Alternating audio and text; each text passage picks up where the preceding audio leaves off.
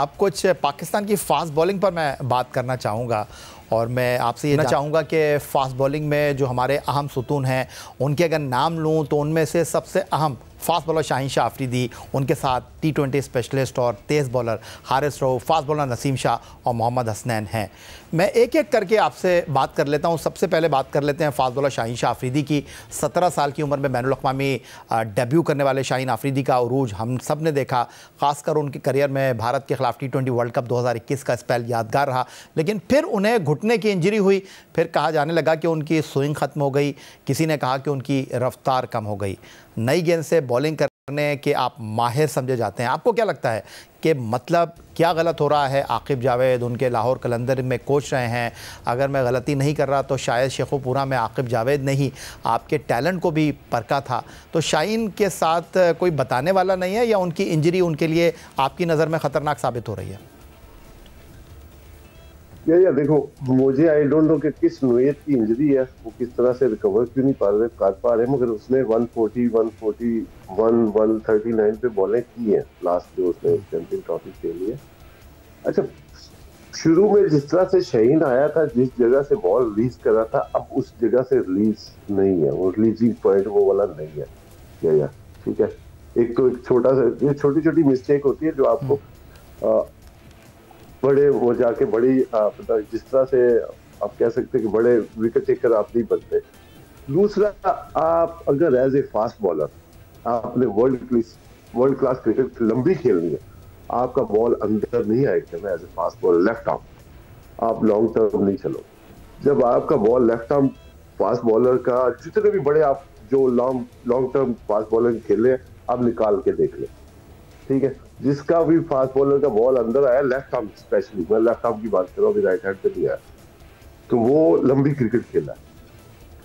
आप यूं ही देखें, अब अभी हम डिस्कस करना क्यों शुरू हुए उसके ऊपर, हालांकि ये विदाउट डिस्कशन होना चाहिए था। शाहीन शाह अफरीदी जिस तरह से उसने स्टार्ट लिया था, इतना आला अच्छा शेप बनती थी, बनाना स्विंग जिसको हम बोलते हैं, इस तरह की शेप आती थी, और बैट्समैन ऑलरेडी उसका सर मिडल और ऑफ स्टंप पे गिरा होता था, तो बॉल अंदर आता लेट, राइट हैंड को इन स्विंग बोलते हैं। तो वो अभी नहीं आ रहा, ठीक है, जिसकी वजह से फिर वो रन से भी खा रहा है, थोड़ा सा एक्सपेंसिव भी हो रहा है। तो वो तो आकिब भाई को या उसको खुद सोचना चाहिए, थोड़ा, क्योंकि वो इतनी अच्छी क्रिकेट खेल रहे हैं, इस लेवल पे खेल रहे हैं, उसको वर्कआउट करना चाहिए। आकिब भाई मेरे साथ भी रहे, नो डाउट, अभी भी वो चल रहे हैं, वही विकी भाई भी रहे हैं हमारे साथ भी, आकिब भाई भी रहे, तो उनको बताना चाहिए कि यार इस तरह, फिर अब वर्कआउट तो उनको करना चाहिए ना जो साथ है।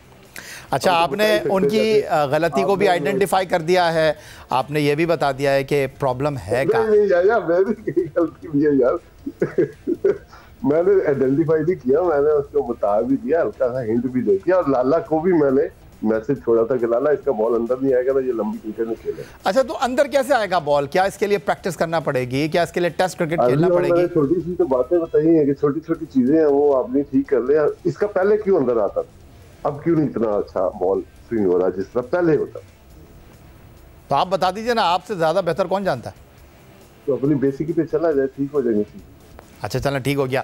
अच्छा, लाहौर कलंदर्स और वाइट बॉल क्रिकेट में उनके साथी समझे जाने वाले हारिस रऊफ इस्लामी टीम के वो मुस्तकिल बॉलर हैं जो 150 किलोमीटर या इससे भी ज़ायद रफ्तार से बॉल करने की अहलियत रखते हैं, लेकिन एक तो हमें कभी उनकी जानिब से वो स्विंग बॉलिंग नज़र आई ही नहीं जो फास्ट बॉलर का हथियार हो, तो हरीफ टीमें बेबस हो जाती हैं। दूसरी जानिब ये कि माना कि 48 वनडे में उनकी 85 विकटें हैं, 29 T20 इंटरनेशनल में 110 शिकार कर चुके हैं, लेकिन उनके करियर में कोई ऐसी परफॉर्मेंस नज़र नहीं आती जिसमें मोहम्मद आमिर हों, शाहीन अफरीदी हों, आपको वसीम अकरम कहते थे, वकार यूनुस कहते थे, उनके कुछ स्पेल यादगार रहे हैं। तो हारिस रऊफ से क्या गलती हो रही है आपके ख्याल में? उन्हें किस चीज़ पर अब काम करने की ज़रूरत है? हारिस का जो मसला ये है, उसकी जो ज़्यादा बॉलें ना वो बैट के मिडल पे लगती है, ठीक है।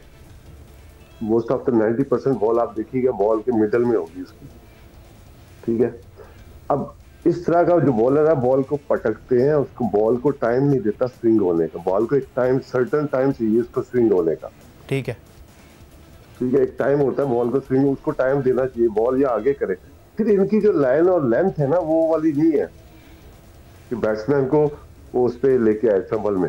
ये इजी लाइन लेंथ पे, शॉर्ट ऑफ लेंथ बॉलिंग करती है ज्यादा, आप देखें बैट्समैन यहाँ पे थोड़ा सा यहाँ पे खेलता है, इनको बैट्समैन को थोड़ा आगे नहीं लेके आते, फिर ऊपर से इनका वो, हालांकि अभी भी दूसरी दुनिया के आप देखें काउंटी और अपना सॉरी T20 में बॉल स्विंग रिवर्स स्विंग होता है इनके 1 ओवर में, इनकी कोशिश ही नहीं होती बॉल अगर या स्विंग नहीं होगा ना, आप 160 पे भी कर लो आपको कुट ही जाता है। ठीक है, तो आप कोशिश करो बॉल की शेप बनाने की, बॉल का ख्याल रखने की, आपने किस वक्त किस ओवर में आना है, आपने एंड के ओवर करने हैं, आपका बॉल कैसे उसको एक तरफ शाइन कैसे करना है, दूसरी तरफ से उसको कैसे रखना है, क्योंकि बॉल बन जाता है अभी भी, चाहे 2 नए बॉल है, जिस तरह के पिचेज है आप बॉल बना सकते हो लीगल तरीके से, जैसे ऑस्ट्रेलियन करते हैं उनका भी रिवर्स स्विंग होता है। इतनी सी स्विंग चाहिए बैट्समैन को रिसीव करने के लिए, इतनी 1 या 2 इंचेस, दैट्स ऑल। और जिस तरह से जो उसकी पेस है उसको आप खुद ही इस चीजों पे वर्कआउट करना पड़ेगा। अदरवाइज PSL खेल रहे हैं और इनकी टक्कर का पीछे से कोई बॉलर नहीं आ रहा, ये इनकी मेरा ख्याल है कि बदगुमानी है कि पीछे से सडनली 1-2 बॉलर आएंगे जो ये फिर नजर भी नहीं आएंगे।